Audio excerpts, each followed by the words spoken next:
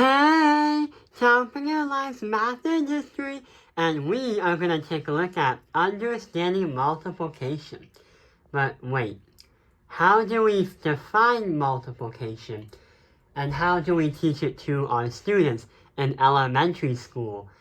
Well, often we will look at these kind of problems right here. So it says 2 times 4.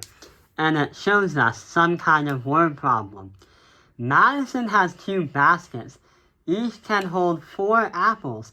How many apples are there? So what we can do is show we have 1 basket, 2 baskets, and each can show 4.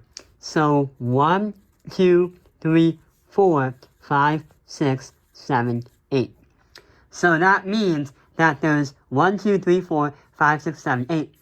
8 apples. So 2 times 4 is 8.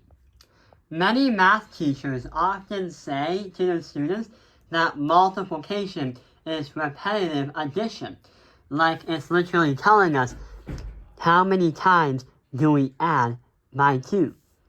1, 2, 3, 4. And that brings us to a sum of 8. So when we take a look at each of the problems, it can look like this, where the number of groups is multiplied by the amount in each group, and that's going to equal the total amount. So we just showed you one example of how we can show multiplication, because the idea is to understand if a student is showing their mastery in mathematics. So instead of trying to understand all possible formats of how the equation is shown, we're going to show 4 more ways that a student can understand and visually prove or show how they got to their answer in a multiplication problem. So let's take a look at the next one. So right over here is another multiplication problem. Word problems.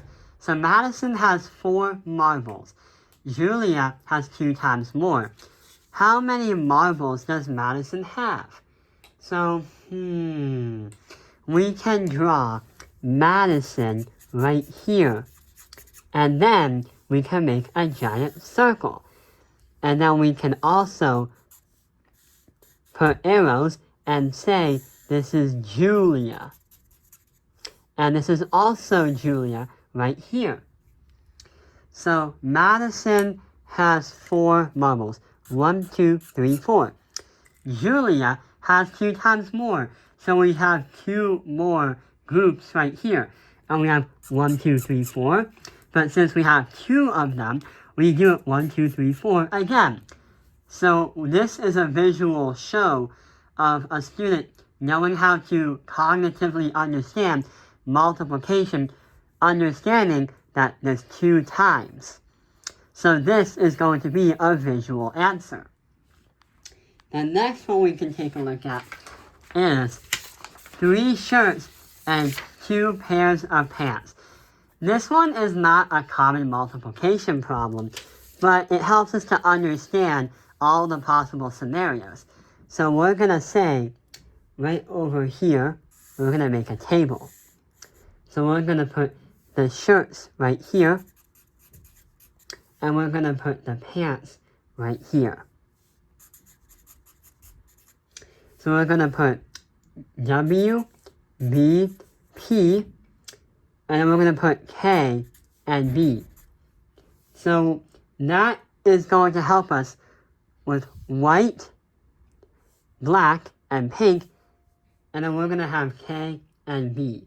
So this is going to be KW, KB, KP, and we're going to have, for the pants, the colors is going to be WB, BB, and then BP.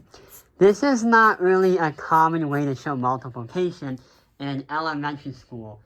It mostly works just like the pedigree when you love and understand biology, but this is not really a common one. When students master multiplication, they might get a problem that looks like this. So right here is the fourth example, where we use an application where we have a rate and a time. So often, it's common for use like distance equals rate times time. But in this case scenario, we're going to work with money. So if you earn $2 an hour for math tutoring and you worked 4 hours, how much money do you have? So what we can do is we can make a box. And then we can split it into 2 right here. We have 1, 2. And then we're going to say 1, 2, 3, 4. So this is going to be $2, $2, $2. Wait a minute. Yeah, $2. No. So 1, 2, 3, 4, 5, 6, 7, 8. Better to check your silly math errors. So we're going to have $8. In some case scenarios, some teachers might have a unique way of showing things. Sometimes we might have to show it in a little bit different, using sticks. So if we say 2 times 3, for example, that is going to help us with, we have 1, 2, and 1, 2, 3. And then we're going to count the intersections. Other times, we might have something like 2 times 14. And then we have 1, 2, and then we can put 1, 3, 4. So this becomes a 10, and then 4. And that is going to bring us to 28. So that was a quick understanding of how we can alternately show it.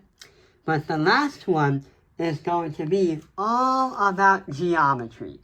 So this last one is going to be the area model. So this is another challenging thing that students have to understand. But this time, it's similar to an array or that grid we've been showing this whole time. So we're going to make a box right here, where this is the base, and this is the height. So we're going to put 2 as the base, and 3 as the height. So 2 and 3. So 1, 2, 3, and then 1, 2. So that tells us we have 1, 2, 3, 4, 5, 6. So 2 times 3 equals 6. The area model can be challenging because not only trying to understand the problem, but trying to cognitively and exactly show how to do it and show your work. So yeah, that is how we understand multiplication. Thank you for watching Top Fingerline's Math Industry. Like and subscribe.